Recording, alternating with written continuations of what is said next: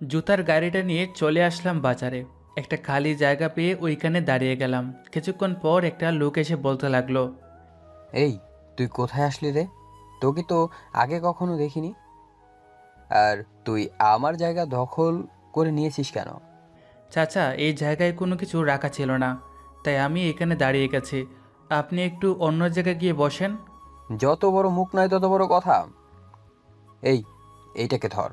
কোথা থেকে উঠে এসে এইখানে আমার জায়গা দখল করে বসে আছে? এই বলে লোকটা আমাকে পিটাতে লাগলো। চাচা প্লিজ আমাকে মাফ করে দেন, আমি এখান থেকে চলে যাচ্ছি। প্লিজ চাচা আমাকে ছেড়ে দিন, আমি চলে যাচ্ছি। এসব বলতেছি আর চেঁচামেচি করতেছি। পাশে অনেক মানুষ জড়ো হয়ে গেছে, কিন্তু কেউ আমাকে বাঁচাতে আসতেছে না। প্রায় 20 মিনিট মারার পর আমাকে ছেড়ে দিয়ে বলল, আজকে তোকে ছেড়ে দিলাম, আর কখনো যদি তোকে দেখি এখানে তাহলে তোর খবর আছে। এই, তোরা কোথায় আছিস রে? এই ছেলের গাড়ি থেকে সবগুলো জুতা নিয়ে আমার দোকানে নিয়ে আয়। প্লিজ চাচা, আমার এত বড় সর্বনাশ করবেন না। এই জুতাগুলো বিক্রি করে আমার পেট চালায়। প্লিজ চাচা, এমন করবেন না। যা এখান থেকে। যদি বেশি কথা বলিস তাহলে তোর গাড়িটাও রেখে দিব, এই বলে দিলাম। এই বলে লোকটা আমার সব জুতাগুলো নিয়ে চলে গেল। কান্না করতে করতে গাড়িটা নিয়ে চলে আসলাম বস্তিতে। খালি গাড়ি দেখে রহিম চাচা বলল, কিরে মেঘ, তোর এই অবস্থা করেছে কে? আর তোর গাড়িতে এতগুলো জুতো ছিল, সবগুলো বিক্রি করে ফেলেছিস এত তাড়াতাড়ি? না চাচা, আসলে নদীর ওই পাড়ে গিয়েছিলাম। একটা খালি জায়গা থেকে গাড়িটা নিয়ে দাঁড়িয়েছি। এমন সময় একটা লোক এসে আমাকে বকাবকি করে আমার সবগুলো জুতা নিয়ে গেছে আর আমাকে পিটাইছে অনেক। থাক, কান্না করিস না রে। ওরা বড় লোক মানুষ, ওরা যা খুশি করতে পারবে। আমরা গরিব, আমাদের কেউ সাহায্য করতে পারবে না। চাচা, এই বলে ভ্যান গাড়িটা রেখে চলে আসলাম আমার ঘরে। শরীরটা অনেক ব্যথা করতেছে।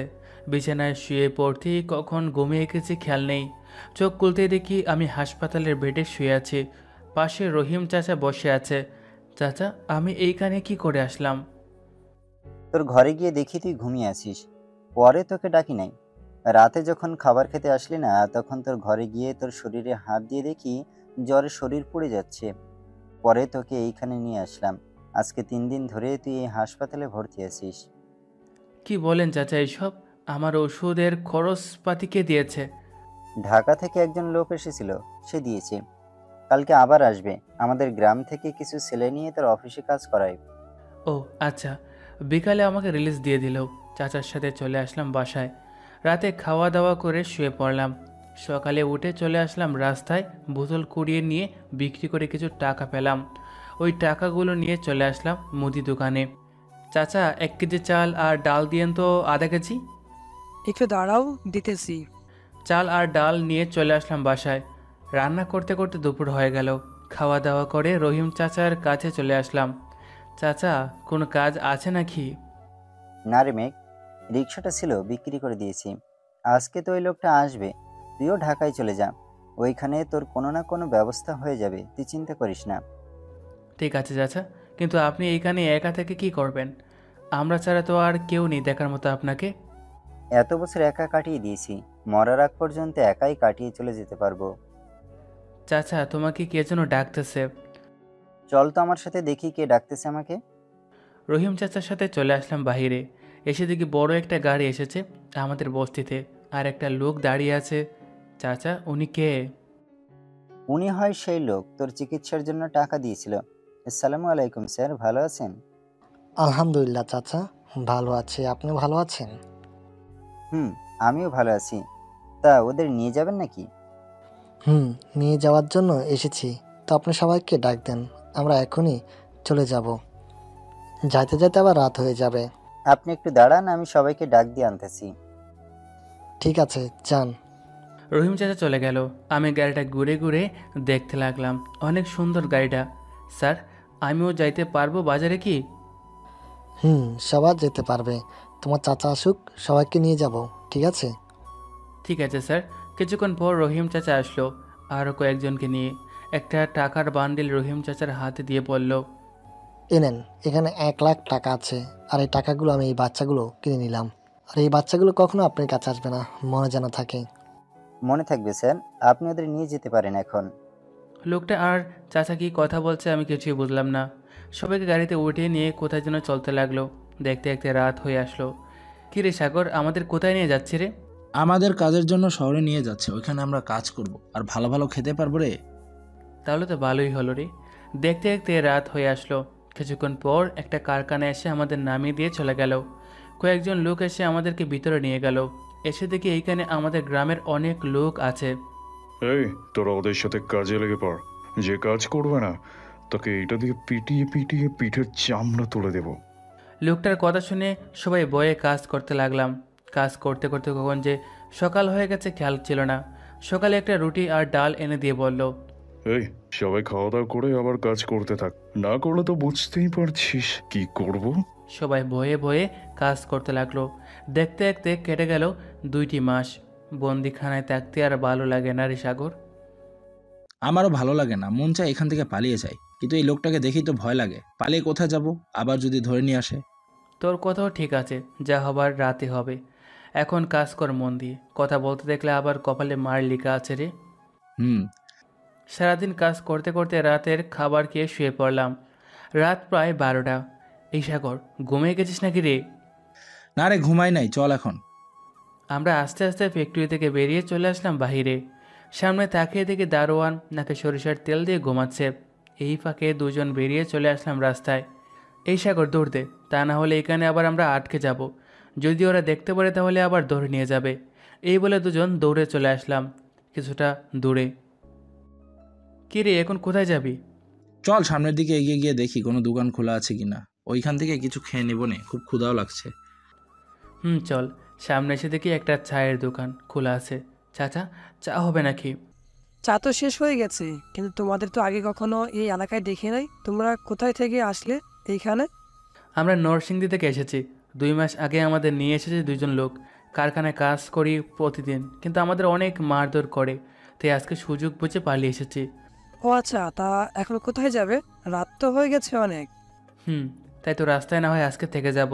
সকাল হলে দেখি কোনো একটা কাজ জোগাড় করে ফেলবো, তখন ওইখানে চলে যাব। এ নাও, এইখানে রুটি আর কলা আছে, এইগুলো খেয়ে নিও তোমরা।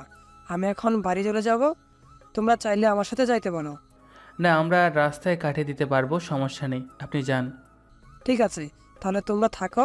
আর পানি খেতে চাইলে দোকানের পেছনে একটা কল আছে, ওইখান থেকে খেয়ে নিও। ঠিক আছে। দোকানদার চলে গেল। রুটি কলাগুলো দুজন খেয়ে সামনের দিকে হাঁটতে লাগলাম। হঠাৎ কারো চিৎকারের শব্দ শুনতে পেলাম। এই সাগর, কে যেন চিৎকার দিয়েছে, শুনছিস? রে, সামনের দিকে চিৎকারটা এসেছে, সামনে তো একটা জঙ্গলও দেখা যাচ্ছে। চল সামনের দিকে এগিয়ে গিয়ে দেখি। চল। আমরা চলে আসলাম সামনের দিকে, কিন্তু কাউকে দেখতে পেলাম না। হঠাৎ আবার চিৎকার শুনতে পেলাম। সাগর, আমার মনে হচ্ছে জঙ্গলের ভিতর থেকে চিৎকারটা আসছে। যাবি নাকি তুই? না রে, আমার ভয় করে, যদি আমাদের কেউ মেরে ফেলে। ভয় পেলে চলবে না রে। আল্লাহর উপর ভরসা রাখ। আর আল্লাহ চাইলে আমাদের মারতেও পারে, চাইলে বাঁচিয়েও দিতে পারে। এই বলে দুজনের সামনের দিকে হাঁটতে লাগলাম। প্রায় কিছু দূর চলে আসলাম।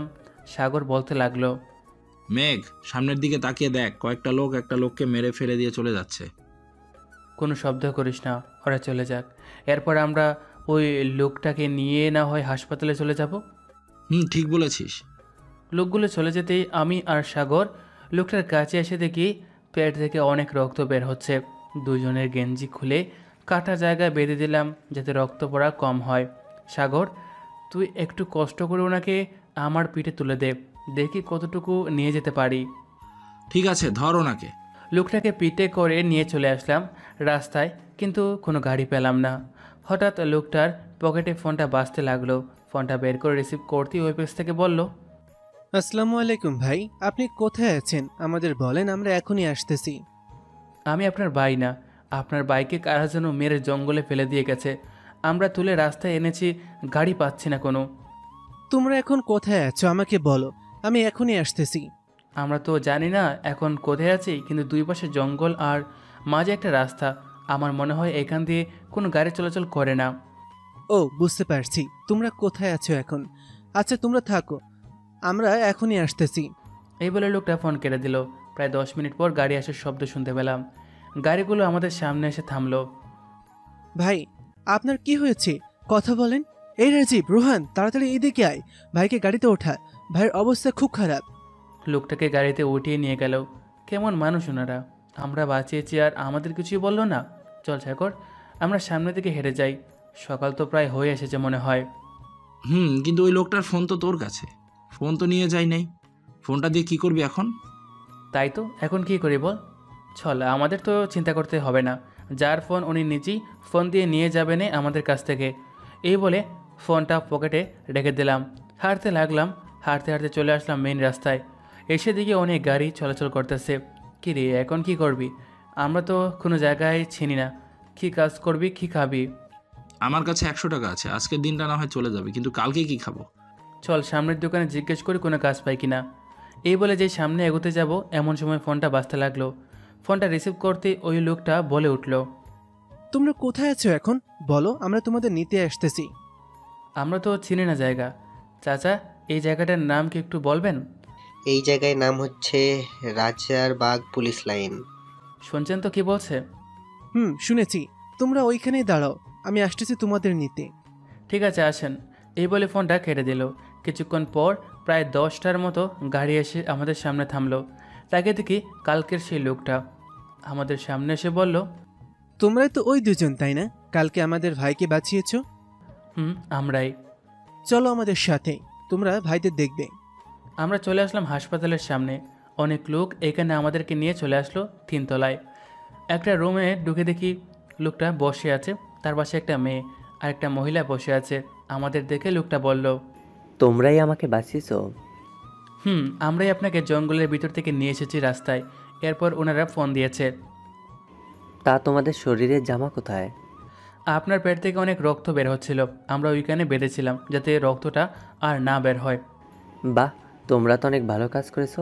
এই ডেভিড, ডাক্তারকে বল আমাকে রিলিজ দিয়ে দিতে, আর ওদের জন্য কাপড় নিয়ে আয় শপিং মল থেকে। ঠিক আছে ভাই, আর এই নেন আপনার ফোন। এই, তোমরা দুজন চলো আমাদের সাথে, তোমাদের জন্য নতুন কাপড় কিনে আনবো। না, আমাদের কিছু লাগবে না, আমাদের একটা কাজ বের করে দিলেই হবে। তোমরা যাও ওর সাথে, তোমাদের কাজ বের করে দেবো রাতে, তখন ওই কাজটা কইরো। ঠিক আছে। আমরা চলে আসলাম ডেভিডের সাথে, কাপড় কিনে নিয়ে চলে আসলাম বড় একটা বাড়িতে। আচ্ছা ভাই, এই বাড়িটা কার আর আমরা এইখানে এসেছি কেন? এইটা হচ্ছে আমার ভাইয়ের বাড়ি, তোমরা যাকে বাঁচিয়েছো তার বাড়ি এইটা। চলো আমার সাথে, আমি তোমাদের একটা ঘর দেখিয়ে দিই, ওইখানে ফ্রেশ হয়ে নাও তোমরা। ঠিক আছে। আমরা ফ্রেশ হয়ে চলে আসলাম বাহিরে। এসে দিকে অনেক লোক দাঁড়িয়ে আছে, তাদের হাতে বড় বড় পিস্তলের মতো কী যেন নিয়ে দাঁড়িয়ে আছে। আচ্ছা ভাই, এইগুলো কি আপনাদের হাতে? আর সবার হাতে এক জিনিস কেন? তোমার মনে হয় এখানে নতুন এসেছো। উনি যার বাসায় এসেছে উনি এখন বড় মানুষ, ওনাকে দেখে বড় বড় বিজনেসম্যান, প্রধানমন্ত্রীরাও ভয় পায়। ও আচ্ছা, উনি এমন কি কাজ করে যে ওনাকে দেখে ভয় পায় সবাই? আর কালকে তো ওনাকেই মেরে ফেলে দিয়ে এসেছে, আমরা না থাকলে তো উনি মরেই যেত। আমাদের বসকে বাঁচিয়েছো, তোমাদের অনেক কিছু দেব। ওই তো বস চলে এসেছে, তোমরা যাও ঘরে। আমরা চলে আসলাম ঘরে। দুইজন বসে আছি, খুব ক্ষুধা লাগছে। কি রে সাগর, চল আমরা বাইরে থেকে কিছু খেয়ে আসি, খুব ক্ষুধাও লাগছে। রে, আমারও তো লাগছে, চল তাহলে কিছু খেয়ে আসি। তোমরা কোথায় যাইতেছো এখন? আমাদের খুব ক্ষুধা লাগছে, তাই বাইরে থেকে কিছু খেয়ে আসতেছি। তোমরা আমার বাড়িতে এসেছো, বাইরে খাবে কেন? বসো তোমরা। এই ডেভিড, ওদের খাবার এনে দে, আমি ঘর থেকে আসতেছি। মামনি, তুমিও খাবার খেয়ে নাও, সকালে তো মনে হয় কিছুই খাওয়া নেই। আম্মু, তুমি রুমে যাও, আমি তোমার জন্য খাবার নিয়ে আসতেছি। আমিও খাবো, তোমাকেও খাইয়ে দিব। ঠিক আছে মামনি, আসো। খাবার খেয়ে বসে আছে, কিছুক্ষণ পর ওই লোকটা আসলো। তা তোমরা কি কি কাজ পারো শুনি? আগে কি কখনো কোনো কাজ করেছো? না, আমরা কোনো কাজ করি না আগে কখনো, এই প্রথম এখানে এসেছি। দুজন লোক আমাদেরকে গ্রাম থেকে কিনে নিয়ে এসেছে। তোমরা কি চিনো নাকি ওই লোকগুলোকে? আবার দেখলে চিনতে পারবে?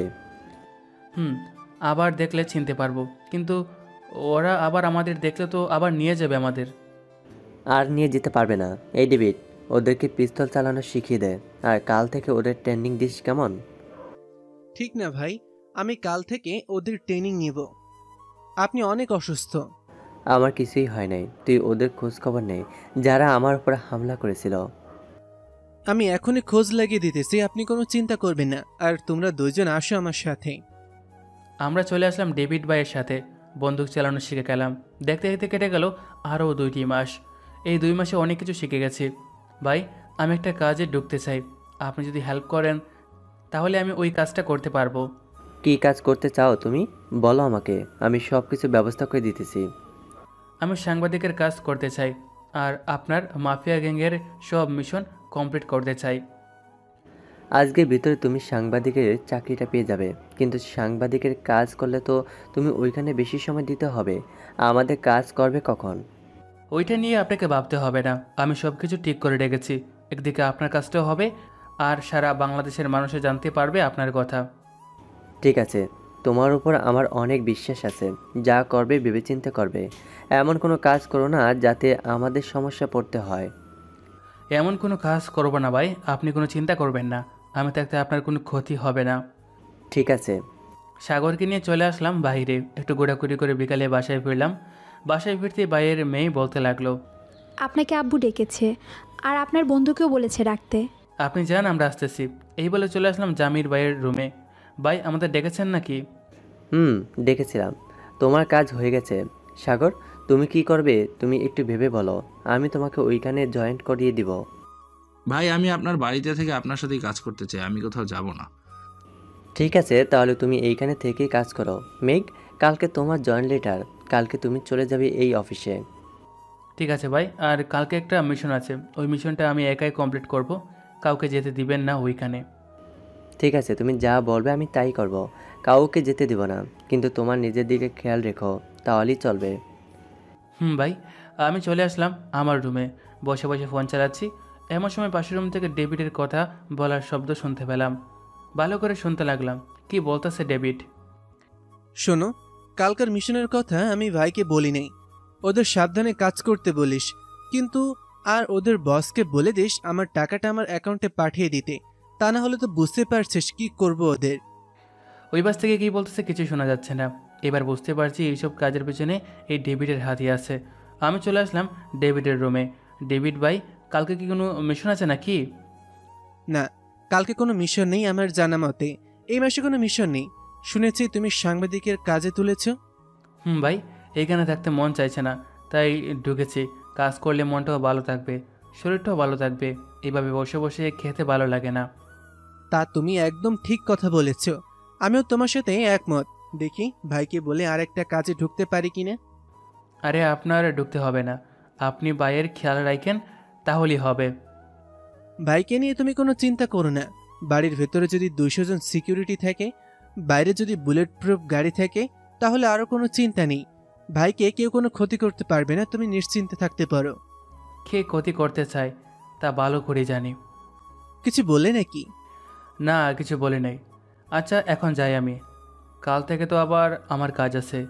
এ বলে চলে আসলাম আমার রুমে। আসার সময় ডেভিড ভাইয়ের রুমে একটা ছোট্ট সিসি ক্যামেরা লাগিয়ে দিয়ে আসলাম, যাতে ওনার সব কথা শুনতে পারি। মেঘ, তোকে একটা কথা বলতে চাইছিলাম। তোর ঘরে এসে দেখি তুই নেই। কী কথা বল?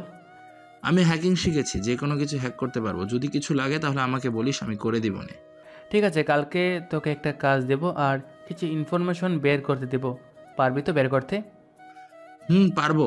ডেভিড ভাইকে আমার সন্দেহ হচ্ছে রে। গতকালকে দেখলাম একটা ছেলেকে অনেকগুলো টাকা দিতে। আমিও দেখছি। ডেভিডের দিকে একটু খেয়াল রাখিস তো, ও কী কী করে, কার সাথে কথা বলে সব। আর পারলে ওর ফোনটা হ্যাক করে নিয়ে দেখিস কার কার সাথে কথা বলে। ঠিক আছে, রাতে তোকে সব খবর দিয়ে দিব, কার সাথে কথা বলে, কার সাথে কি কাজ করে। ঠিক আছে, তাহলে যা এখন। সাগর চলে গেল, আমিও বিছানায় শুয়ে পড়লাম। আজকে 19টা বছর পার হয়ে গেল, আমার মা বাবাকে দেখি না। আব্বু আম্মু তোমরা কোথায় আছো আমি তো জানি না। আল্লাহ চাইলে একদিন আমাদের দেখা হবে।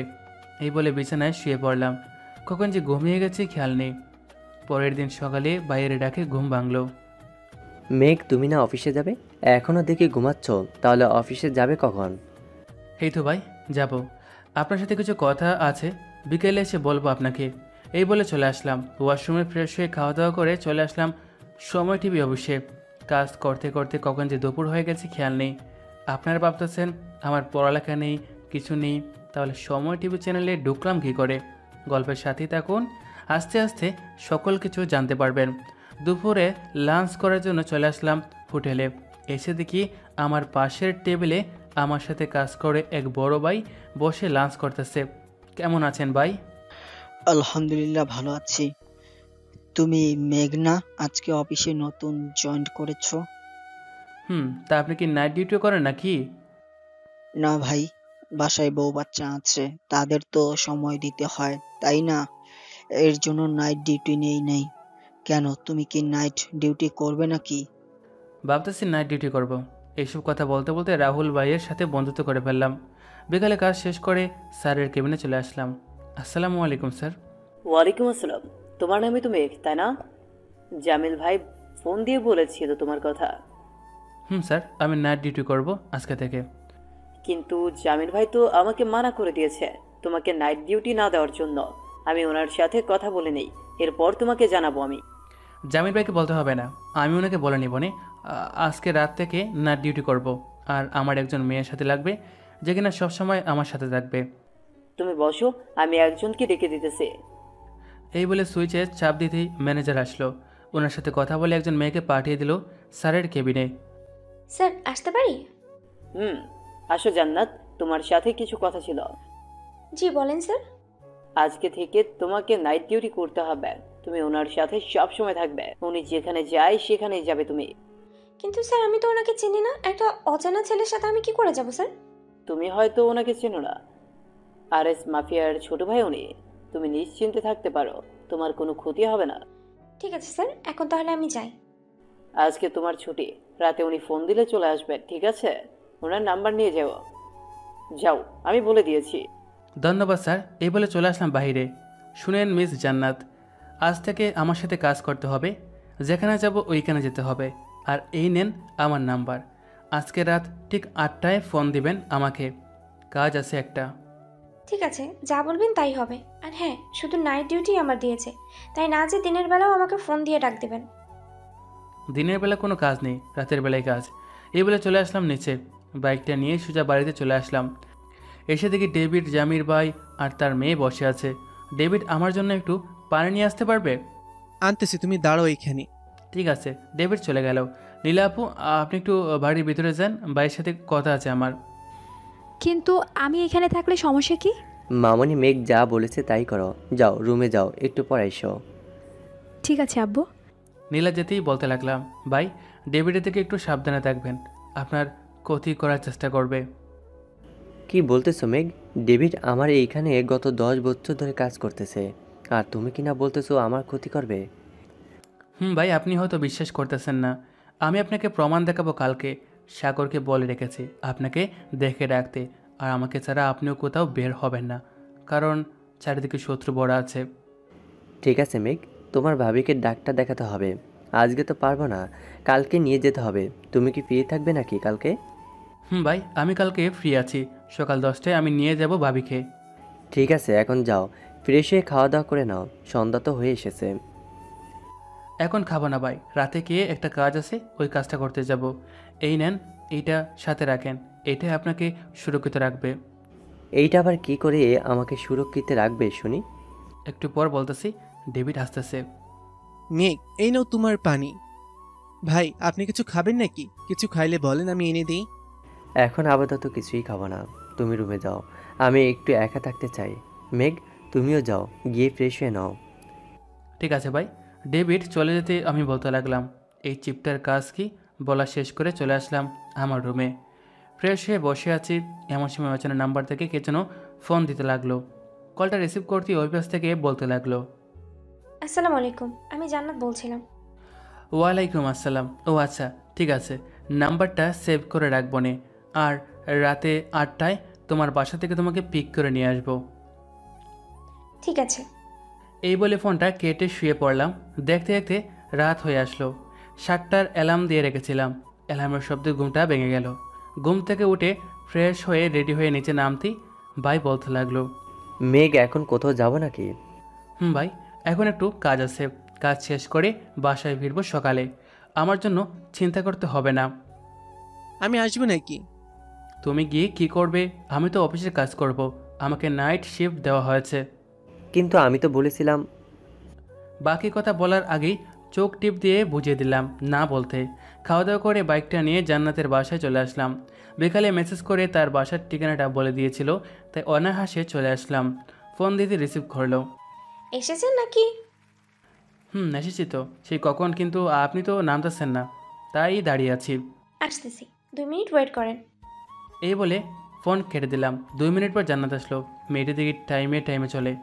আচ্ছা জান্নাত, আপনি যে বললেন 2 মিনিট আসতেছেন, আপনি কয়তলায় থাকেন যে 2 মিনিট লাগলো আসতে? 3 তলায় থাকি, আর আমি যদি বলি 5 মিনিট পর আসতেছি, তাহলে 5 মিনিট পরই আসবো। আমার নিচে নামতে 2 মিনিট লাগে। ঘড়ির কাঁটার সাথে আমি চলাফেরা করি। বাহ, ভালোই। এখন পিছনে বসেন, এখন আবার অফিসে যেতে হবে। অফিসে হয়তো যাব না, কি অন্য কোথাও যাবেন? একটা কাজ আছে, ওটা শুটিং করতে হবে। এই বলে চলে আসলাম অফিসে। ক্যামেরাগুলো নিয়ে সোজা চলে আসলাম মিশনের সেই জায়গায়। আপনি আমাকে জঙ্গলে নিয়ে আসছেন কেন? আমাকে মেরে ফেলবেন না তো?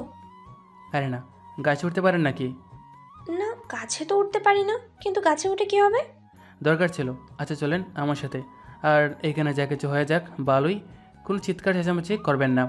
চিৎকার চেঁচামেচি করলে আপনাকে মরতে হবে, এই বলে দিলাম। আমি মরতে চাই না, আপনি যা বলবেন তাই হবে। এই নেন, আমি যখন বলবো এটা কানা দিয়ে নিতে, তখন এটা কানা দিয়ে নেবেন। আমার কথাগুলো কান দিয়ে শুনে নিন, যা বলছি তাই করবেন। এই বলে জান্নাতকে একটা জুপের আড়ালে এনে বসিয়ে দিলাম। সামনে যা হবে তা আপনি সব রেকর্ড করবেন। ঠিক আছে, কিন্তু আপনি কোথায় যাবেন? আমি এখানে আছি, কোথাও যাব না। আমি এসে ডাক দিলে এখান থেকে বের হবেন, এর আগে এখান থেকে বের হবেন না, ঠিক আছে? ঠিক আছে। প্রায় 30 মিনিট পর গাড়ির হর্ন শুনতে পেলাম। জান্নাতকে বললাম ক্যামেরা রেডি করতে, কানে হেডফোনটা লাগিয়ে নিতে। কিছুক্ষণের মধ্যে ওরা চলে আসলো। মেয়েগুলোকে বড় একটা গাড়িতে উড়াচ্ছে। এমন সময় আচমকা গুলির শব্দ, সবাই আড়াল হয়ে গেল। এক পা করে সামনে যাচ্ছি আর গুলি করতেছি। দেখতে দেখতে 10 থেকে 12টা লোককে মেরে মারিতে ফেলে দিলাম। পিস্তলের গুলি শেষ হতেই এক একটার উপর ঝাঁপিয়ে পড়লাম। কারো ঘাড় ভেঙে ফেলতেছি, কারো হাত। দেখতে দেখতে 1 ঘন্টা কেটে গেল। মিশন শেষ করে দুবাইয়ের মাফিয়াকে সামনে নিয়ে আসলাম। জান্নাতকে ডাক দিতে জান্নাত বেরিয়ে আসলো। এখন কি করব আমি? এখন এইটার ভিডিও করো। এই কুত্তার বাচ্চা, সব সত্যি কথা বলবি, তাহলে ছেড়ে দেব। আর যদি একটু মিথ্যা কথা বলিস, তাহলে এই পিস্তলটা তো দেখতেছিস, তোর পিস্তল দিয়ে তোর ছামদি ফুটা করে ফেলবো, মনে থাকে যেন। বলতেছি সব সত্যি কথা বলবো। আমি এখানে এসেছি মেয়ে কিনে নিতে। আরএস মাফিয়া কিং এর বাম হাত ডেভিড আমাদেরকে সাহায্য করছে মেয়ে পাচার করতে। আজ পর্যন্ত কতগুলো মেয়ে পাচার করেছি সব বল। প্রায় 2425 জন মেয়ে কিনে নিয়েছি। সব টাকা ডেভিডের কাছে আছে। আর কয়েকদিন পর আরএস মাফিয়া কিং জামিরকে মেরে সে জায়গা দখল করবে বলেছে। সব কথা শুনে দুবাইয়ের মাফিয়া কিংকে মেরে ফেললাম। শালা, বাংলাদেশ থেকে মেয়ে নিয়ে তাদের কিডনি বিক্রি করে দিস, তাই না? এখন উপরে চলে গেছিস, আল্লাহর কাছে জবাব দিস, ঠিক আছে? চলে যান না, এখন আমরা অফিসে চলে যাই। না, আমি যাব না আপনার সাথে। আপনি একটা খুনি। আপনি বলেছেন সব সত্য কথা বললে এই লোকটাকে ছেড়ে দিবেন, কিন্তু আপনি ছাড়েন নাই। এই লোকটাকে আপনি মেরে ফেলেছেন। কেন মেরেছি এটা হয়তো তুমি জানো না, তাহলে চলো তোমাকে দেখিয়ে আনি কেন মেরেছি। এই বলে জান্নাতকে নিয়ে চলে আসলাম গাড়ির কাছে। এই দেখো, এই মেয়েগুলোকে এই লোকটা এখান থেকে নিয়ে বিদেশে পাচার করে দেয়। বাকিটা হয়তো তুমি বুঝে গেছো, আমার বলতে হবে না আশা করি। বুঝেছি, কিন্তু এই ভিডিও যে করেছি এইটা কি করবো এখন? কি আর করবো, চ্যানেলে ছেড়ে দেবো। তুমি ভিডিওটা ভালো করে গুছিয়ে এরপর ছেড়ে দিও। এখন চলো, অনেক রাত হয়েছে। কিন্তু মেয়েগুলা কি এখানেই থাকবে নাকি? না, পুলিশ আসতেছে, ওরা নিয়ে যাবে ওদেরকে। ঠিক আছে, চলো এখন আমরা চলে যাই। এই বলে চলে আসলাম অফিসে। কিছুক্ষণ কাজ করে চলে আসলাম বাসায়। এসে দেখি ডেভিড দাঁড়িয়ে আছে বাইরের দরজার সামনে, হাতে একটা পিস্তল। ডেভিড, এখানে কি করিস? কিছু করি না। তা তুই এত রাতে? তুই না কাজে গিয়েছিলি? চলে আসছি। এখন যা, রুমে যা, কালকে একটা কাজ আছে। ঠিক আছে, তুই গিয়ে ঘুমিয়ে পড়। ঠিক আছে। ডেভিড চলে গেল, আমিও চলে আসলাম আমার রুমে। সকালে ঘুম ভাঙাতেই দেখি ডেভিড করে নেই। সাগর, ডেভিড কোথায় গেছে রে? জানি না তো, সকালে তো আমিও দেখলাম না। যা, তুই একটু লোকেশনটা ট্র্যাক করে দেখ তো, এখন সে কোথায় আছে। কালকে রাতে ভাইয়ের উপরে হামলা করতে আইছিল। আমি না আসলে বাইকে হয়তো আর দেখতে পেতাম না। কি বলতেছো মেঘ এসব? ভাই, এই নিন, এই ভিডিওটাও দেখেন, সব সত্যি কথা জানতে পারবেন। এটা কালকে রাতের মিশনের ভিডিও। সাগর, তুই গিয়ে তোর কাজ কর। এটা বলতে সাগর চলে গেল। দেখছেন ভাই, আমি বলছিলাম না ডেভিডের ব্যাপারে, আপনি তো বিশ্বাস করেন নাই। এই নীলার বাবা, নীলা কোথায় গেছে? ওকে তো দেখলাম না সকালে। কি বলতেছো? রাতে তো রুমেই ছিল নীলা। তো না বলে কোথায় যায় না? মেঘ দেখো তো নীলা কোথায় আছে। মেঘ, নীলা আর ডেভিড একসাথে আছে। ওর লোকেশন বেশি দূরে না, লালবাগ কেল্লার ওইখানে ওরা এখন আছে। মেঘ, আমার মেয়েকে বাঁচাও প্লিজ। নীলা আমাদের আদরে মেয়ে, ওর কিছু হয়ে গেলে আমরা বাঁচবো না। ভাই আপনি চিন্তা করবেন না, আপনি বাবিকে নিয়ে হাসপাতালে যান। সাগর তুই বাইকে নিয়ে যা, আর বাড়ির সব সিকিউরিটিদের নিয়ে যাবি। শুধু 10 জনকে এইখানে রেখে যাবি। আমি নীলাকে আনতে যাচ্ছি। ঠিক আছে, যা। এই বলে চলে আসলাম লালবাগ কেল্লার পাশে। এসে থেকে নীলাকে বেঁধে রেখেছে। সামনে বসে আছে ডেভিড। আমাকে দেখে বলতে লাগলো, আই এম মেঘ, তোর জন্য অপেক্ষা করছিলাম। তোর জন্য আজকে আমি আরএস মাফিয়া কিং হতে পারলাম না, শুধু তোর জন্য। ওই নীলাকে তো মারবই মারবো, ওর সাথে তোকেও মারবো। তাই নাকি? তা দেখে কিভাবে আমাকে মারিস। আমাকে মারতে পারলে তোকে আরএস মাফিয়ার লিডার বানিয়ে দেব, যা কথা দিলাম। এটা বলতেই যে ডেভিড আমাকে মারতে আসবে তার হাত ধরে তাকে মাটিতে শুয়ে দিলাম, আর সাথে সাথে হাতটা মুচড়ে ভেঙে ফেললাম। ডেভিড চিৎকার করতেছে, কিরে এখন কেমন লাগে? আমাকে মারবি? মারবি না আমাকে? মার, দেখি তোর কত শক্তি। তোর মতো 10টা পুরুষ আসলেও আমাকে মারতে পারবে না। ট্রেনিং কিন্তু তোর কাছ থেকে নিয়েছিলাম, আজ দেখ তোর সাথেই ফাইট করতেছি। প্লিজ ছেড়ে দে, কথা দিলাম আমি কারো কখনো ক্ষতি করব না। তুই অনেকজনের জীবন শেষ করে ফেলেছিস, আমি তোকে মারবো না, তোকে মারবে জামির ভাই। এই বলে ডেভিডের পায়ে গুলি করে দিলাম। নীলার হাতের বাঁধন খুলে দিলাম। নীলা চলো আমার সাথে, এখন বাসায় চলে যাই, আর এই কুত্তার বাচ্চাকেও নিয়ে যাব। এই বলে ডেভিডের পা ধরে টেনে টেনে নিয়ে চলে আসলাম গাড়ির সামনে। এসে দেখি সাগর দাঁড়িয়ে আছে। কিরে তুই কখন আসলি? এই তো এখন আসলাম, জামির ভাই জোর করে পাঠিয়েছে আমাকে। আমি বলেছিলাম তুই পারবি একাই। আচ্ছা চল, চলে যখন এসেছি এখন তো ফিরে যাবই। চল। এ বলে ডেভিডকে গাড়িতে উঠিয়ে ফেললাম। সাগর এই কুত্তার বাচ্চাকে ধরে রাখিস, দেখিস আবার যাতে চলে না যায়। তুই কোনো চিন্তা করিস না, আমি যখন আছি ডেভিড কোথাও যেতে পারবে না, এই বলে দিলাম। না যেতে পারলেই হবে। গাড়ি ড্রাইভ করে চলে আসলাম বাড়িতে। সকল টিভি চ্যানেলকে খবর দিয়ে দিলাম, সবাই চলে আসলো। ভাই এখন আপনি ডেভিডকে কী করবেন তা আপনি জানেন। ডেভিড, আমি তো তোকে খুব বিশ্বাস করতাম, আর আজ তুই কিনা এই বিশ্বাসে মর্যাদাটা ভেঙে ফেলে দিলি। ভাই প্লিজ আমাকে মাফ করে দেন, আমি ভুল করে ফেলেছি। সব ভুলের ক্ষমা হয়, এই ভুলের ক্ষমা হয় না কখনো। তোর শেষ ঠিকানা পরকাল। এই বলে জামির ভাই ডেভিডের মাথায় গুলি করে দিল। সকল টিভি চ্যানেলকে উদ্দেশ্য করে বলল, ডেভিডকে কেন মেরেছি তা আপনারা হয়তো জানেন না। আজকে সময় টিভিতে ঠিক 7টায় সকল কিছু জেনে যাবেন। গত 4 বছর ধরে দেশ থেকে অনেক মেয়ে পাচার করেছে এই ডেভিড, কিছু বলি নাই। আজকে হাতে নাতে ধরতে পেরেছি, তাই ওকে মেরে ফেলেছি। আর আমার আসনটা আমি মেঘকে দিয়ে দিতে চাই, কারণ আমার শরীরটা ভালো যাচ্ছে না। মাননীয় প্রধানমন্ত্রীর সাথে কথা বলে মেঘের ব্যবস্থা করে দেব। ভাই আপনি আছেন, আপনি দেখেন, আমাকে দিতে হবে না। নীলা আপু আছে, নীলা আপুকে না হয় দিয়ে দিয়েন। না মেঘ, আমি তোমাকেই দিয়ে দেব আমার আসনটা, কারণ আমি চাই না আমার জন্য আমার মেয়ের জীবনটা নষ্ট হয়ে যাক। ভাই আমি থাকতে আপনার পরিবারের কোনো ক্ষতি হতে দিব না, এই বলে রাখলাম। নীলা আপু যান, ফ্রেশ হয়ে আসেন। ভাই আপনিও যান। আপনাদের কাছে আর কিছুই বলার নেই আমার, আপনারা এখন যাইতে পারেন। আর সকল কিছু জানতে হলে নিশ্চয়ই সময় টিভিতে চোখ রাখবেন সন্ধ্যা 7টায়। এই বলে জামির ভাই চলে গেল ভিতরে। জান্নাতের সাথে কিছু কথা বলে আমিও চলে আসলাম আমার রুমে। ফ্রেশ হয়ে বসে আছি, এমন সময় নীলা আসলো। আপনাকে আব্বু ডেকেছে, কি যেন বলবে। আপনি যান, আমি আসতেছি। ঠিক আছে। কিছুক্ষণ রেস্ট নিয়ে চলে আসলাম জামির ভাইয়ের রুমে। ভাই আমাকে ডেকেছেন নাকি? মেঘ, তোমাকে দেখেছিলাম কারণ তোমার সাথে কিছু কথা ছিল। যদি অনুমতি দিতে তাহলে বলতাম।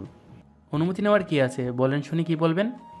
আমি চাচ্ছিলাম আমার মেয়ের সাথে তোমাকে বিয়ে দিতে। তুমি যদি রাজি থাকো তাহলে বলো, আমি বিয়ের সকল অনুষ্ঠান করার ব্যবস্থা করতেছি। ভাই আমি এখন বিয়ে করতে চাই না, আগে নিজে প্রতিষ্ঠিত হব, এরপর বিয়ে করব। প্লিজ আমাকে বিয়ের কথা বলবেন না আর। ঠিক আছে, বলবো না, কিন্তু আমার মেয়ের সাথে তোমার বিয়ে ঠিক করে রেখেছি। এখন থেকে নীলা তোমার সাথে সব সময় থাকবে। আমার সাথে থাকলে ভাই অনেক সমস্যা হবে, আমি চাই না আমার জন্য কারো সমস্যা হোক। তাই এর থেকে ভালো হবে নীলা আপু বাসায় থাকুক। ঠিক আছে, তুমি যা বলবে তাই হবে। যাও রেস্ট করো এখন গিয়ে, অনেক টায়ার্ড তুমি। ঠিক আছে ভাই, আমি চলে আসলাম আমার রুমে। ফ্রেশ হয়ে বসে আছি, এমন সময় সাগর আসলো। কিরে কিছু বলবি নাকি? বলবো। ডেভিড এখনো মরে নাই মেঘ। কি বলতেছিস? ডেভিড মরে নাই? মানে একটু আগেই তো ডেভিডকে মেরে ফেলেছি। ওটা ডেভিডের যমজ ভাই ছিল। কি বলতেছিস এইসব কথা? তোর কথা কিছু বুঝতেছি না, সব কিছু খুলে বলতো, শুনি কি হয়েছে। এই নে, এই রেকর্ডগুলো শোন, কালকে রাতে ডেভিডের কি কি কথা হয়েছিল। সাগরের কাছ থেকে ফোনটা নিয়ে শুনতে লাগলাম ডেভিডের কথাগুলো। সত্যি তো, এরা ডেভিডের যমজ ভাই। সাগর, তুই যে করি হোক না কেন ডেভিডের লোকেশনটা বের কর। ঠিক আছে, আমি বের করতেছি। ডেভিডের ব্যাংক অ্যাকাউন্ট থেকে সব টাকাগুলো জামির ভাইয়ের অ্যাকাউন্টে দিয়ে ফেলেছি। ভালো করেছিস। আজকে রাতের ভিতরে ডেভিডের লোকেশন কোথায় আছে আমাকে জানাবি। এটা বলতে সাগর চলে গেল। ওর কাজ করতেছে, বিছানায় শুয়ে পড়তেই আবার নীল আসলো। কি ব্যাপার, আবার আপনি এসেছেন কেন? কেন আসতে পারি না নাকি? আসতে পারবেন না কেন? আপনাদের বাড়ি, আপনাদের ঘর, অবশ্যই আসতে পারবেন। আমি একটু রেস্ট নিব, তাই আর কি শুয়ে পড়ছিলাম। কিছু বলবেন নাকি? না, আমি কিছু বলবো না। আচ্ছা, আপনি রেস্ট নিন, আমি যাই এখন। নীলা চলে গেল দরজাটা লাগিয়ে দিয়ে। ঘুমিয়ে পড়লাম, ঘুম ভাঙলো রাতে। উঠে দেখি সাগর বসে আছে। কিরে, তুই আমার রুমে কখন আসলি? এই তো মাত্র এসেছি, যেই ডাক দিতে যাব ফোনটা বেজে উঠেছে, তাই ধরতে গেছিলাম, এখন তুই উঠে গেলি।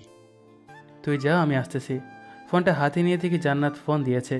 কি হয়েছে, হঠাৎ এই সময় ফোন দিয়েছেন যে? এমনি ফোন দিয়েছি। কেন, ফোন কি দিতে পারি না নাকি?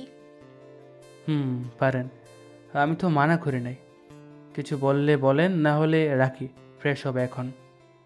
একটু পরে অফিসে আসেন, স্যার ডেকেছে আপনাকে। ঠিক আছে, আমি আসবো না। এই বলে ফোনটা রেখে দিলাম। ফোন রাখতে নীলা আসলো। কার সাথে কথা বলছিলেন? গার্লফ্রেন্ড নাকি? না, অফিস থেকে ফোন দিয়েছিল, যাওয়ার জন্য বলেছে। ও আচ্ছা, আব্বু ডেকেছে, আপনাকে বলেছে নিচে যেতে। আপনি যান, আমি ফ্রেশ হয়ে আসতেছি। এই বলে ওয়াশরুমে ঢুকে গেলাম। ফ্রেশ হয়ে এসে দেখি এখনও বসে আছে। কি ব্যাপার, আপনি এইখানে বসে আছেন যে? তো কি করব, আপনাকে নিয়ে এরপর যাব এখান থেকে, এর জন্যই বসেছিলাম। ও আচ্ছা, চলেন এখন। এই বলে নীলাকে নিয়ে চলে আসলাম নিচে। ভাই, আমাকে ডেকেছেন নাকি? ডেকেছি, সাগরের জন্য মেয়ে খুঁজতেছি। তুমি কি বলো?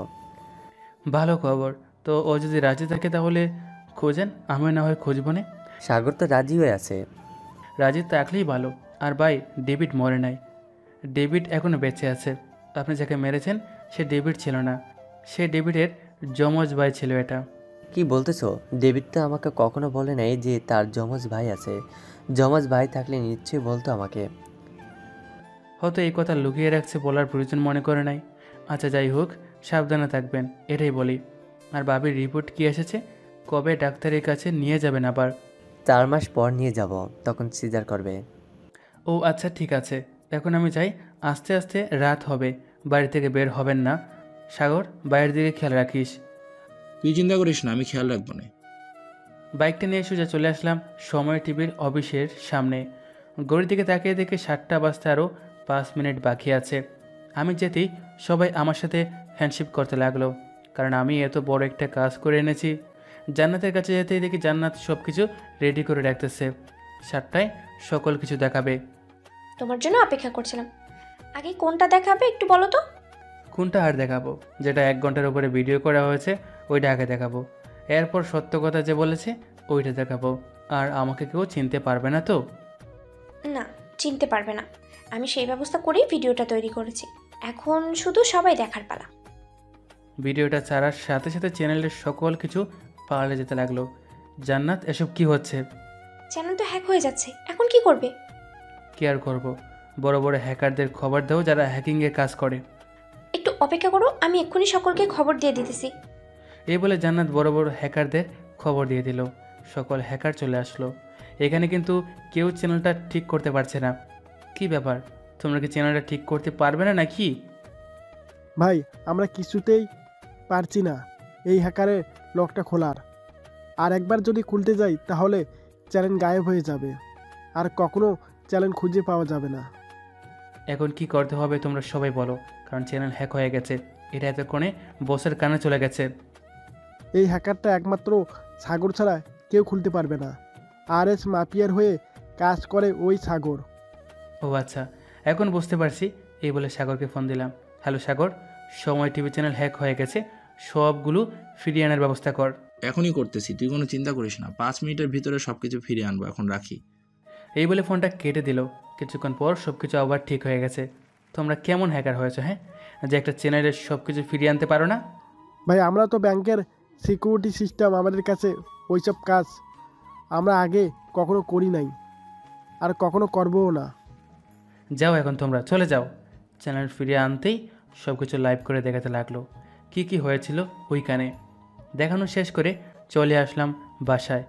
এসে দেখি সবগুলো গার্ড মাটিতে শুয়ে আছে, সবার গায়ে গুলি লেগেছে। আমি দৌড়ে চলে আসলাম রুমে। এসে দেখি ডেভিড সাগরের দিকে বন্দুক থাক করে রেখেছে। কোমর থেকে পিস্তলটা নিয়ে ডেভিডের মাথায় গুলি করে দিলাম। শালা, তুই আমাদের লোকদের মারবি আর আমি কিছু করবো না? মেঘ, তুই আগে ভাইদের বাঁচা। পাশের রুমে আটকে রেখেছে, টাইম বোমা ফিট করে রেখেছে, যে কোনো সময় বোমগুলো ফেটে যেতে পারে। সাগরের হাত খুলে নিয়ে দৌড়ে চলে আসলাম পাশের রুমে।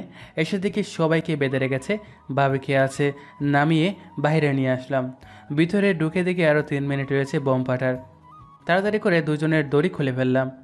সাগর, তুই বাইরের সবাইকে নিয়ে বাড়ি থেকে বেরিয়ে যা, আমি আসতেছি এখনই। মেঘ তুমি চলে আসো, আমার বাড়ির দরকার নেই। মেঘ চলে আসো তাড়াতাড়ি। সাগর ওদের নিয়ে চলে গেল বাড়ির বাইরে। 3 মিনিট শেষ হতে না হতেই বোমটা ফেটে গেল। বাড়ি ভেঙে 2 ভাগ হয়ে গেল। সবাই কান্না করতেছে। সবাইকে অবাক করে দিয়ে বাইরে বেরিয়ে আসলাম আমি। মেঘ তুমি একা কেন করলে?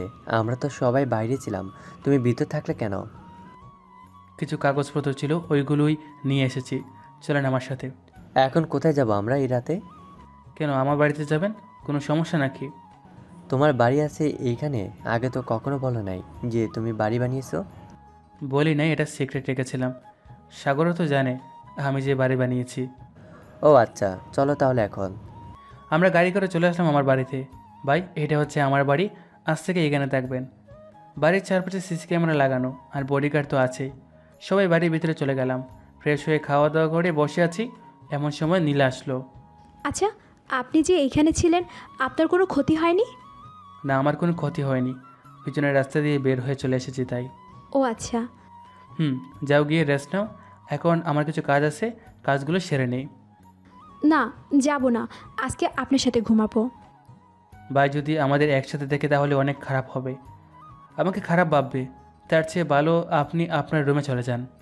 না ভাইয়া, কিছুই মনে করবে না। ভাইয়া তো বলেছে আমরা চাইলে একসাথে থাকতে পারি। না, আমি এখন একসাথে থাকতে পারবো না, যাই বলো না কেন তুমি। কেন একসাথে থাকতে পারবো না কেন শুনি? আমি কি ভুল করেছি যে একসাথে থাকতে পারবো না? কোনো ভুল করো নাই, আগে কখনো মেয়েদের সাথে থাকি নাই, আর রাতে আমার লুঙ্গি ঠিকঠাক থাকে না, তাই বলছি আমার সাথে থাকতে হবে না। বিয়ের পর তাই কেন, তখন কোনো সমস্যা হবে না। আমি যখন বলেছি এখন থাকবো তো এখন থাকবই, যাই হয়ে যাক না কেন আপনার। ঠিক আছে, তাহলে শুয়ে পড়েন পাশে। এই বলে আমি এক পাশে ঘুরে শুয়ে পড়লাম। মাঝরাতে ঘুম ভাঙতে দেখে নীলার এক পা আমার পায়ের সাথে আর এক পা আমার বুকের উপরে। হায় রে, মায়া মানুষ এইভাবে ঘুমায় বুঝি। যাই হোক, বেশি কিছু চিন্তা না করে আবার ঘুমিয়ে গেলাম। সকালে নীলার ডাকে ঘুম ভাঙলো। এই যে ওঠেন, এখন সকাল হয়েছে, সেই 5টা বাজে, ওঠার কোনো নামগন্ধই নেই। উঠতেছি, এই বলে উঠে পড়লাম। ফ্রেশ হয়ে বসে আছি, এমন সময় অফিস থেকে ফোন দিল। মেঘ, দেখতে দেখতে তো 5টি মাস আমাদের অফিস থেকে অনেক উন্নতি করেছো। এখন কি আরো কাজ করবে নাকি করবে না? আর কাজ করবো না স্যার, এখন আপনি চাইলে ওইখানে আরেকজনকে নিয়োগ দিতে পারেন। ধন্যবাদ তোমাকে আমাদের সাহায্য করার জন্য। ধন্যবাদ দেওয়ার প্রয়োজন নেই। আরও কিছুক্ষণ কথা বলে চলে আসলাম নিচে। তো চলুন শুনে আসি ওই দিন ভাইয়ের সাথে এমডি স্যারের কী কথা হয়েছিল। অতীত। আসসালামু আলাইকুম ফারুক ভাই। ওয়ালাইকুম আসসালাম। জামির, এতদিন পর ফোন দিয়েছো যে, কোনো দরকার আছে নাকি? আমার এক লোক তোমার চ্যানেলে কয়েক মাস কাজ করবে, আমাদের সকল কিছু ইনফরমেশন বের করে পুরো বাংলাদেশকে জানিয়ে দেবে। এর জন্য যদি কিছু কাগজ ছাড়াই তাকে রাখতে। আরে কাগজপত্র কিছুই লাগবে না, তুমি শুধু পাঠিয়ে দাও, বাকি সব আমি বুঝে নিব। ঠিক আছে। বর্তমান, এই ছিল অতীত, এখন বর্তমানে ফিরে যাক। সিঁড়ি দিয়ে নিচে নামতে দেখি মাননীয় প্রধানমন্ত্রী নিচে বসে আছে। আসসালামু আলাইকুম, আপনি কখন আসলেন? ওয়ালাইকুম আসসালাম, এই তো কিছুক্ষণ হলো এসেছে। তা তুমি তো দেখে ভালোই এগিয়ে গেছো। টপ বিজনেসম্যান নাম্বার 1-এ আছে তোমার অফিস, আর এই দিকে পুরো বাংলাদেশ থেকে শত্রু মুক্ত করেছ। এইটা তো আমার কর্তব্য ছিল, দেশে শত্রু থাকলে শত্রু বাড়বেই, এটা তো আপনি জানেন। তাই তো আস্তে আস্তে সব শত্রুকে শেষ করে ফেলেছি। শুধু এখন রয়েছে ইন্ডিয়ার মাফিয়া কিং। ওকে মারতে পারলেই দেশে আর কোনো শত্রু থাকবে না। কয়েকদিন পর আসবে, একটু ধৈর্য ধরো। না এসে কোথায় যাবে? চলেন খাবার খেয়ে নেবেন। না, এখন খাবো না। খাবার খাইলে পড়ে যাব। এই নাও, আমার তরফ থেকে এইটা তোমার জন্য। এইসবের কি দরকার ছিল? একটা দিলেই তো যথেষ্ট ছিল, এতগুলো দেওয়ার দরকার ছিল না। সব কিছু জঘন্য। তুমি ওই মেঘ, জামের যা করতে পারে নাই তা তোমার তার মেয়ের জামাই করে দিয়ে খাইছে। প্রধানমন্ত্রী চলে গেল। আমরা বসে খাবার খেয়ে গল্প করতে লাগলাম। দেখতে দেখতে বিকাল হয়ে আসলো। ভাই, বাবুর তো বেশি দেরি নেই, কবে নিয়ে যাবেন? কালকে অ্যাডমিশন করিয়ে ফেলতে হবে, তা না হলে পরে নিয়ে গেলে সমস্যা হবে। আচ্ছা, আমি অ্যাডমিশনের ব্যবস্থা করতেছি, আপনি চিন্তা করবেন না। আরে আমাদেরকেও তো হাসপাতাল আছে, ওইখানে নিয়ে যাব। ও আচ্ছা, তো নিয়ে যান। এইসব নিয়ে কথা বলতেছি, এমন সময় সাগর আসলো। কিরে, তোর কি খবর? তোকে দেখা যায় না যে? আমি তো সারাদিন ওই বাসায় থাকি, তুই না থাকলে দেখবি কি করে শুনি? আসলেই তো, আমিও তো বাড়িতে থাকি না, দেখবো কি করে। আচ্ছা যাই হোক, তোর বিয়ে ঠিক করা হয়েছে সামনের সপ্তাহে, তুই খুশি তো? খুশি না হয় যাই কোথায় বল। আজকে আমি অনেক খুশি, যা বলে বোঝাতে পারবো না। আর জান্নাত ফোন দিয়েছিল, জিজ্ঞেস করেছিল তুই অফিসে যাস না কেন। ও, বলে দিয়েছিস না কেন যাই না? সব বলে দিয়েছি। চল বাইরে থেকে ঘুরে আসি, ওরা বাসায় থাকুক। চল ভাই, আমরা আয়সা এরপর আপনাকে হাসপাতালে নিয়ে যাব। এর আগে নিতে হলে আমাকে একটা ফোন দিয়েন। ঠিক আছে, ফোন দিবেনি। কথা বলা শেষ করে চলে আসলাম বাইরে। গাড়িটা স্টার্ট দিয়ে চলে আসলাম নদীর পাড়ে। বাহ, জায়গাটা অনেক সুন্দর তো রে সাগর। ভাই, আরও একবার এসেছিলাম এখানে, জায়গাটা সুন্দর, তাই এবারও এসেছি। ভালো করেছিস। কিছুক্ষণ ঘোরাঘুরি করে চলে আসলাম বাসায়। এমন সময় ম্যানেজারের ফোন কল। আসসালামু আলাইকুম স্যার। ওয়ালাইকুম আসসালাম। কী ব্যাপার আমজাদ সাহেব, এখন ফোন দিয়েছেন যে? স্যার, আপনার নাম করে কয়েকজন লোক এসেছে টাকা নিতে। এখন কি আমি ওনাদের টাকা দিয়ে দেব, নাকি আপনি এসে দেবেন? আমি তো কাউকে বলি নাই টাকা নিয়ে আসার জন্য। আপনি ওদেরকে বলেন যে ব্যাংক থেকে টাকা উঠিয়ে আনতেছে, এই বলে ওনাদের বসিয়ে রাখেন, আমি আসতেছি। ঠিক আছে স্যার, আমি ওনাদের বসিয়ে রাখতেছি, আপনি আসেন। এই বলে ফোনটা কেটে সাগরকে নিয়ে চলে আসলাম অফিসে। আমার কেবিনে ঢুকতে দেখি ভারতের মাফিয়া কিং বসে আছে। আমাকে দেখে যেই পিস্তলটা বের করতে যাবে, সাথে সাথে কোমর থেকে পিস্তলটা বের করে গুলি করে দিলাম তার হাতে। স্যার, উনি কে আর ওনাকে গুলি করেছেন কে? উনি হচ্ছে ভারতের মাফিয়া কিং, আমাদের দেশ থেকে মেয়ে পাচার করে। আপনাকে ধন্যবাদ আমাদের খবর দেওয়ার জন্য। আপনি একটু বাইরে যান, ওর সাথে আমার কথা আছে। ঠিক আছে স্যার, আমি যাচ্ছি। আর কিছু লাগলে আমাকে বলবেন। ঠিক আছে, আমি আপনাকে ডাক দিব না। আর বাইরে থেকে কেউ যাতে আমার কেবিনে ঢুকতে না পারে সেই দিকে খেয়াল রাখবেন। ঠিক আছে স্যার, আপনার কেবিনে কেউ ঢুকতে পারবে না, আমি আছি বাইরে।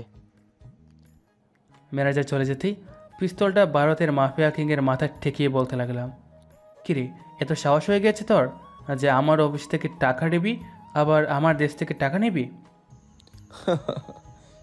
তোকে যদি খবর না দিত তাহলে তোর টাকা নিয়ে চলে যেতাম, আর আমাকে মেরে কি হবে? আমার মতো আরও দুবাইয়ের মাফিয়া জন্ম নেবে, এই বলে রাখলাম। ঠিক আছে, দেখা যাবে না কেমনে মাফিয়া জন্ম নেই।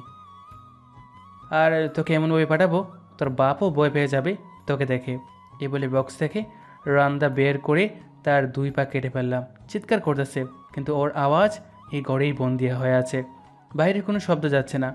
ওর সামনে ওর 2 পা টুকরো টুকরো করে ফেললাম। কিরে, এখন কেমন লাগে? তোর সামনেই তোর 2 পা দেখছিস কীভাবে কেটেছি। প্লিজ আমাকে মারিস না, আমি চলে যাব ভারতে, আর কখনো এই বাংলাদেশেও পা রাখবো না, প্লিজ ছেড়ে দে। তোকে তো ছাড়বো না। তুই একে তো আমার বাংলাদেশ থেকে মেয়ে নিয়ে যাস, আবার আজকে তোর কত বড় সাহস হয়েছে তুই আমার এইখান থেকে টাকা নিয়ে যাবি? আমি বলেছি তো আর আসবো না এইখানে, এখন ছেড়ে দে। দেখ আমার পা দিয়ে কত রক্ত পড়তেছে। পড়তে থাকুক, তুই দেখতে থাক। এই বলে ওর একটা হাত কেটে ফেললাম। সাগর আমার দিকে তাকিয়ে আছে।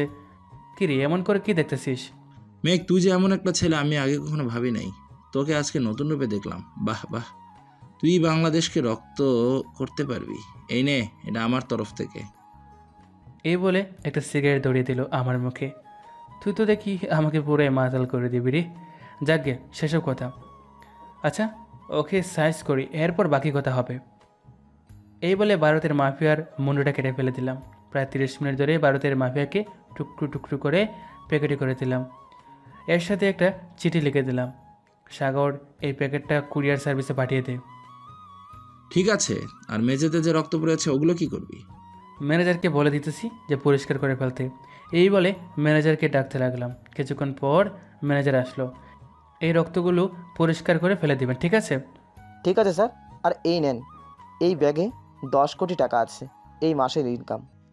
সবার টাকা দেওয়া হয়ে গেছে তো, নাকি দেন না এখনো? সবার টাকা দেওয়া হয়ে গেছে। এই মাসে সবাইকে একটু বাড়িয়ে দিয়েছি, কারণ সবাই কষ্ট করেছে এই মাসে বেশি।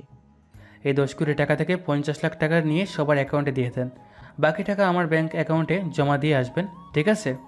ঠিক আছে স্যার, আপনি যা বলবেন তাই হবে। ম্যানেজার চলে গেল। আমিও চলে আসলাম বাড়িতে।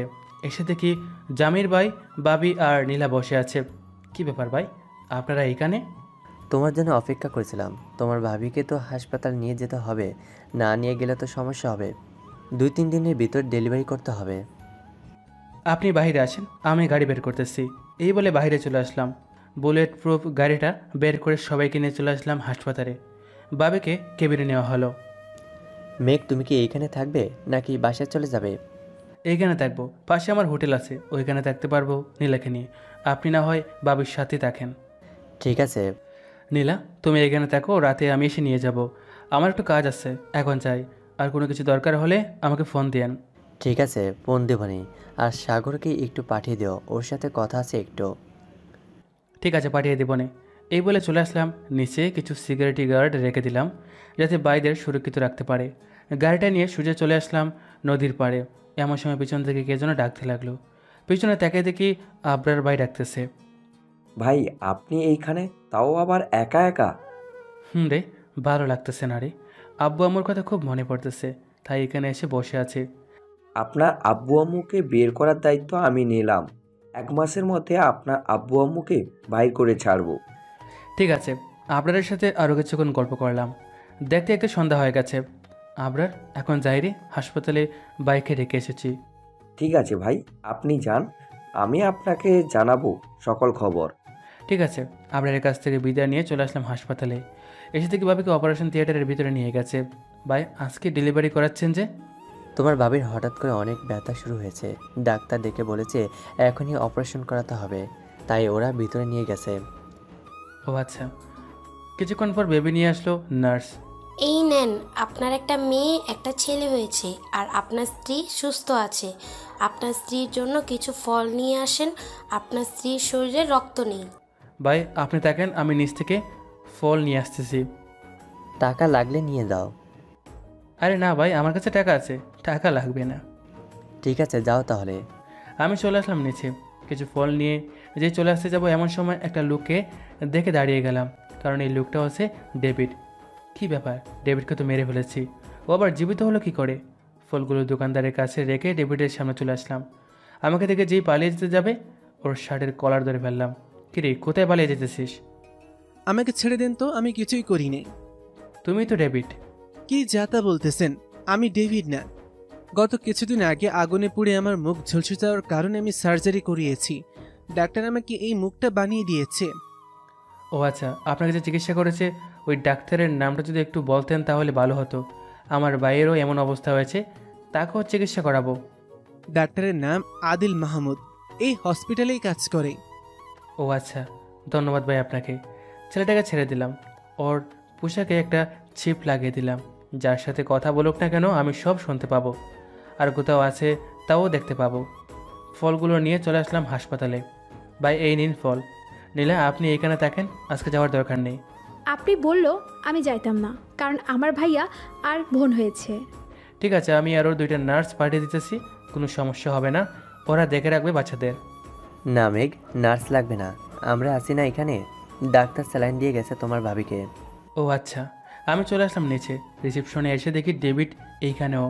কি ব্যাপার, আমার সাথে কি হচ্ছে? শুধু ডেভিডই সামনে আসতেছে কেন? রিসেপশনে গিয়ে জিজ্ঞেস করলাম, ডাক্তার আদিল মাহমুদ আছে নাকি এখনও? জি স্যার, এখনও ডাক্তার আদিল মাহমুদ আছে 4 তলায়, 302 নম্বর কেবিনে আছেন উনি। ধন্যবাদ আপনাকে। রিসেপশন থেকে চলে আসলাম ডাক্তার আদিল মাহমুদের কেবিনে। ডাক্তার আসতে পারি? জি, কামিন। আপনার কি লাগবে বলেন। আচ্ছা, এই লোকটার প্রেস আপনি সবাইকে বানিয়ে দিতেছেন কেন? আপনি কি এই লোকটাকে চিনেন নাকি? ওনাকে চিনি না, কিন্তু উনি আমাকে 1 কোটি টাকা দিয়েছে আর বলেছে যে এই লোকটার মুখে 25 জনকে বানিয়ে দিতে। ও আচ্ছা, এই লোকটা তো আপনার কাছে এসেছিল তাই না? আর কবে আসবে তাকে জানেন? উনি কালকে আসবে, ওনার চেহারাটাও চেঞ্জ করা হয়েছে। ঔষধ দিতে আসবেন উনি। ও আচ্ছা, কালকে যদি উনি আসে তাহলে এই নাম্বারে ফোন দিয়ে বলবেন, কারণ উনি মেয়ে পাচারকারী। ওনার পেজ ফল্টে উনি সব মানুষকে ধোঁকা দিচ্ছে। আপনি কোনো চিন্তা করবেন না, আমি আপনাকে জানাবো। আর উনি আসলে আমি ওনাকে না হয় 1 ঘন্টার জন্য ঘুম পাড়িয়ে রাখবো, যাতে কোথাও পালিয়ে যেতে না পারে। ঠিক আছে। এই বলে চলে আসলাম জামির ভাইয়ের কাছে। বাহ, বাচ্চা দুটো খুব সুন্দর হয়েছে। ভাই, বাবিকে রিলিজ দিবে কবে? 3 দিন পর দিবে রিলিজ, এখন দিবে না বলতেছে। ও আচ্ছা, আর ডেভিড এখনও মনে নেই। ওইগুলো অন্য মানুষ ছিল। ডেভিড তার চেহারা পাল্টে ফেলছে, তাই ওকে চিনা যাচ্ছে না। কালকে এখানে আসবে, তখন ওকে ধরবো। আমার কাছে আনতে হবে না, তুমি নিজেই মেরে ফেলে দিও নদীতে, যাতে মাছেরা খেয়ে ফেলতে পারে। মাছের খাবার হতে দেবো কেন? আমাদের হিংস্র কুকুরগুলোকে গত 3 মাস ধরে ভালো খাবার দেই না। ডেভিডকে না হয় দিয়ে দেব। ঠিক আছে, দিও। বাইরে এসে বসে আছি, কিছুক্ষণ পর সাগর আসলো। সাগর, তুই এইখানে থাকিস, আমি হোটেলে চলে যাচ্ছি, একটু রেস্ট নেব। না নিলে হয়তো কালকে আর বিছানা থেকে উঠতেই পারবো না। তুই যা, আমি এখানে আছি। আর ডেভিডকে দেখলাম বাইরে দাঁড়িয়ে আছে। ওটা ডেভিড না, ডেভিডের মুখ লাগিয়েছে, তাই ডেভিডের মতো লাগতেছে তাদেরকে। ও আচ্ছা। রাত 10টায় চলে আসলাম হোটেলে। খাওয়া দাওয়া করে সোজা কেবিনে এসে শুয়ে পড়লাম। কখন যে ঘুমিয়ে গেছি খেয়াল নেই। সকালে ফোনের রিংটংয়ে ঘুম ভাঙলো। হ্যালো ভাই, ওই লোকটাকে ঘুম পাড়িয়ে রেখে দিয়েছি এইখানে, আপনি আসেন। আসতেছি। আর কেউ যদি আসে তাকে দিও না, 10 মিনিটের ভিতরে আসতেছি। এই বলে ফোনটা রেখে চলে আসলাম বাইরে। ফ্রেশ হয়ে খাবার না খেয়ে সোজা চলে আসলাম হাসপাতালে। ডক্টর আদিলের কেবিনে গিয়ে দেখি একটা লোক ঘুমাচ্ছে। ডাক্তার, এইটা কি সেই লোক? এইটাই সেই লোক, আপনি যার কথা বলেছিলেন। আর 10 মিনিট টাইম আছে, উনি আবার উঠে যাবে। যা করার তাড়াতাড়ি করেন। ওকে, আর একটা ইঞ্জেকশন দিয়ে দেন যাতে আজকের রাত পর্যন্ত ঘুমায়। কিন্তু এতে ওর ক্ষতি হবে। আরে, ও রাতেই মরে যাবে, ওর ক্ষতি হলেই বা কী হবে বলেন? ও আচ্ছা, ঠিক আছে, আমি ইঞ্জেকশন দিয়ে দিতেছি। আর একটা কথা, এই হাসপাতালটা মনে হয় না আর বেশি দিন টিকবে, কারণ 1 মাস আগে কয়েকজন মাফিয়া আমাদের হুমকি দিয়েছে যে এই হাসপাতাল আর চলবে না। তা নিয়ে চিন্তা করবেন না, যারা হুমকি দিয়েছে তাদের কবেই পরবারে পাঠিয়ে দিয়েছি। এখন যাই তাহলে, সাগর নামের একটা ছেলেকে পাঠাচ্ছি, ওই ছেলেটা ওনাকে নিয়ে যাবে, ঠিক আছে? কিন্তু আমি চিনব কি করে? ওনাকে যদি অন্য কেউ এসে বলে যে যদি সে সাগর, তখন আমি দিয়ে দিলে? এই ছেলেটা আসবে, ঠিক আছে? ফোন থেকে সাগরের একটা ছবি বের করে দেখে দিলাম। রাতে চলে আসলাম ডেরায়। এসে দেখি ডেভিড উঠে গেছে। কিরে, আমার হাত থেকে বেঁচে কদিন থাকবি? বারবার গুগু তুমি খেয়ে যাও দান, এইবার তো ফাঁদে পড়েছ, এইবার যাবে তোমার প্রাণ। আমি জানি না, একদিন আমি ধরাই পড়ব। আর চিন্তা করিস না, আজকে যখন তুই আমাকে মারবি, তার সাথে তুইও মরবি, কারণ আমার পেটে টাইম বোমা ফিট করে রেখেছি, আর 20 মিনিট পর ফেটে যাবে। বাহ, অনেক সময়, এর মধ্যে তোর ব্যবস্থা করে ফেলবো। এই বলে আমার লোকদের কাজে লাগিয়ে দিলাম। 10 মিনিটের মধ্যে ওরা প্রায় 20 হাত গর্ত করে ফেলেছে। দেখ ডেভিড, এই মাটির নিচেই তোকে মরতে হবে। এই বলে ডেভিডকে ধাক্কায় ফেলে দিলাম। তোমরা সবাই ওকে মাটি দিয়ে দাও, আর সবাই দূরে সরে যাও, কারণ আর 2 মিনিট আছে ওর টাইম বমটা ফাটতে। ভাই চলে, আমরা বাড়ির ভিতরে গিয়ে বসে থাকি, তাহলে আমাদের কোনো ক্ষতি হবে না। বাড়ির ভিতরে যদি গিয়ে বসে থাকি তাহলে আমাদের মরার চান্স আরও বেশি, কারণ বমটা ফাটলে জায়গাটা নড়ে চড়ে উঠবে। এই বলে গাড়ির দিকে তাকিয়ে দেখি আর মাত্র 15 সেকেন্ড রয়েছে। সবাই দৌড়ে চলে আসলাম। 15 সেকেন্ড পর ঠাস করে বমটা ফেটে গেল। 2 মিনিটের মতো মাটি কাঁপাকাঁপি শুরু করে দিয়েছিল। যাই হোক, তোমরা সবাই এখানে থাকো, আমি হাসপাতালে চলে যাই। আজকে বাবিকে নিয়ে যাব বাড়িতে, 3 দিন হয়ে গেছে। ঠিক আছে ভাই, আপনি যান, আর যদি কোনো কাজে লাগে আমাদের খবর দেবেন, আমরা সাথে সাথেই চলে যাব ওইখানে। ঠিক আছে, আমি চলে আসলাম হাসপাতালে। বিল দিয়ে বাবিকে নিয়ে চলে আসলাম বাসায়। দেখতে দেখতে 2টি মাস কেটে গেল। রাতে গড়ে বসে আছে, এমন সময় বাবি আসলো। মেঘ, তোমার সাথে কিছু কথা ছিল, যদি তুমি আসতে আমাদের রুমে। জি ভাবি চলেন। ভাবির সাথে চলে আসলাম তাদের রুমে। এসে দেখি জামির ভাই আর সাগর বসে আছে। কি ব্যাপার, সবাই এইখানে বসে আছেন যে? মেঘ, আমি তোমাদের বিয়ে ঠিক করে ফেলেছি। 2 দিন পর তোমাদের বিয়ে হবে। কিন্তু ভাই আমার তো গার্ডিয়ান নেই, আমার হাতে কি করে নীলাকে তুলে দিবেন? ভাই, আর কোনো চিন্তা করতে হবে না, আপনার পরিবার পেয়ে গেছি। এই যে আপনার পরিবার। দরজা দিকে তাকিয়ে দেখি আমার কোম্পানির ম্যানেজার দাঁড়িয়ে আছে, আর তার সাথে একজন মহিলা দাঁড়িয়ে আছে। কি ব্যাপার, আপনি এখানে? বাবা আয়, আমার বুকে আয়। আজ 20টি বছর পর তোকে দেখলাম। আবরার, ওনারা কি বলতেছে এইসব? ঠিক বলতেছে ভাই ওনারা, কারণ ওরা ওই আপনার জন্মদাতা পিতামাতা। আবরারের কথা শুনে আব্বু আম্মুকে জড়িয়ে ধরে কেঁদে ফেললাম। যে কিনা আমার অফিসের ম্যানেজার হয়ে কাজ করতো, তিনি কিনা আমার বাবা। মেঘ, এই নাও সকল কাগজপত্র। তুমি যে ওনাদের ছেলে, এখানে সব কিছু আছে। কবে তোমার জন্ম হয়েছিল, সব কিছু। যদি বিশ্বাস না হয় তাহলে তুমি আমার পিঠের মাঝখানে দেখো, 3টে তিল আছে। আমি জানি। আব্বু আম্মুকে কাছে পেয়ে খুব আনন্দ লাগতেছে আমার। জামির ভাই বিয়েটা ঠিক করে ফেললো। 2 দিনের মধ্যে বাড়ি সাজানো হয়ে গেছে। দেখতে দেখতে বিয়ের দিন চলে আসলো। গৌরবাবাই বিয়েটা হয়েছে আমাদের। আজকে বিয়ের 2য় দিন। জামির ভাই একটা কথা ছিল। এখন কি শ্বশুরকে জামির ভাই বলে ডাকবে নাকি শ্বশুর বলে ডাকবে? আসলে বলতে বলতে এখন অভ্যাস হয়ে গেছে, তাই আর কি। আচ্ছা ঠিক আছে, বলো কি কথা বলবে। আজকে একটা মিশন আছে সিলেটে। বর্ডারের পাশে নাকি ভারতের লোকেরা আমাদের লোকদের মেরে ফেলতেছে, তাই আমরাও আজকে মিশনে নামবো। ঠিক আছে, কিন্তু যাই করো না কেন সাবধানে সব কিছু কইরো, কারণ তুমি চলে গেলে আমার মেয়ে একা হয়ে যাবে। আল্লাহ বর্ষা, আমাদের কিছুই হবে না। দুপুরে খাওয়া দাওয়া করে সবাইকে নিয়ে চলে আসলাম সিলেটে। আস্তে আস্তে রাত হয়ে গেছে, সবাই মিশনের জন্য রেডি হচ্ছি। এমন সময় আমাদের একজন লোক এসে বলতে লাগলো, ভাই এইখান দিয়ে মেয়ে পাচার হচ্ছে আর আমরা জানি না। কি বলতেছো এইসব? আমরা তো ভারতের মাফিয়া কিংকে মেরে ফেলেছি, তাহলে এই কাজ কে করতেছে? ওনার ছেলে করতেছে এই কাজ। রেডি হয়ে মিশনে নেমে পড়লাম। সামনের দিকে এগিয়ে যাচ্ছি আর গুলি করতেছি। হঠাৎ একটা গুলি আমার হাতে এসে লাগলো, তবুও হার মানলাম না। কোমর থেকে শর্ট গানটা নিয়ে গুলি করতে লাগলাম। 1 ঘন্টার ভিতরে মিশনটা কমপ্লিট করে সবাই রেস্ট নিতেছি। মেঘ, তোর হাত থেকে তো রক্ত পড়তেছে, চল তোর হাত বেঁধে দেই, না হলে সব রক্ত পড়ে যাবে। আর কিছু হবে না, এই বলে গেঞ্জি দিয়ে হাতটা বেঁচে নিলাম। শোন, তোরা এইদিকে কাজ শেষ করে হোটেলে চলে আয়, আমি ডাক্তার দিকে হোটেলে চলে যাব, ঠিক আছে? আমিও যাব তোর সাথে, তোকে একা যেতে দিব না। আরে কিছু হবে না, তোদের যেটা বলেছি ওইটা কর। এই বলে গাড়িটা নিয়ে চলে আসলাম হাসপাতালে।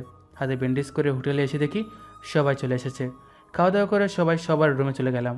দেখতে দেখতে কেটে গেলো 2 দিন। আজকে চলে যাবো ঢাকা। নীলার জন্য অনেক কিছু কিনে নিলাম।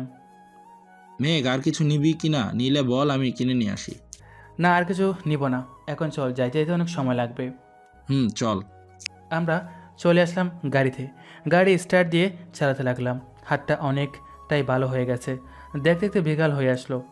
সবাই একটা রেস্টুরেন্টে গিয়ে খাওয়া দাওয়া করে আবার চলতে লাগলাম বাড়ির উদ্দেশ্যে। দীর্ঘ 7 ঘন্টা পর আসলাম বাড়িতে। ফ্রেশ হয়ে বসে আছি, এমন সময় জামির ভাই আসলো। তুকু ভাই না, শ্বশুর মশাই আসলো। মেঘ, এখন তো সকল কাজ শেষ, এখন ফ্রি হয়ে আছো? কেন? এমনি, রাত তো হয়ে গেছে, যাও খাওয়া দাওয়া করে শুয়ে পড়ো। ঠিক আছে। খাওয়া দাওয়া করে চলে আসলাম রুমে। এসে দেখি নীলা বসে আছে। কি করে আমার মহারানীটা? কিচ্ছু করার নেই, তোমার সাথে কথা নাই। কেন, আমার মহারানীটা বুঝি রাগ করেছে? মহারানীর রাগ ভাঙাতে হলে কি করতে হবে শুনি? আমার একটা বেবি লাগবে। এই বলে নীলা আমার বুকে মুখ লুকালো। ও আচ্ছা, তাই বুঝি? তো বেবি আনার জন্য কিন্তু অনেক কষ্ট করতে হবে, পারবে তো কষ্ট করতে? পারবো। এইটা বলতেই নীলার উপর ঝাঁপিয়ে পড়লাম। আস্তে আস্তে তার শাড়ি খুলে ফেললাম। বাকিটা না হয় ইতিহাস হয়ে থাক। আজকের গল্পটা এই পর্যন্তই। সবাই ভালো থাকবেন, সুস্থ থাকবেন। আল্লাহ হাফেজ।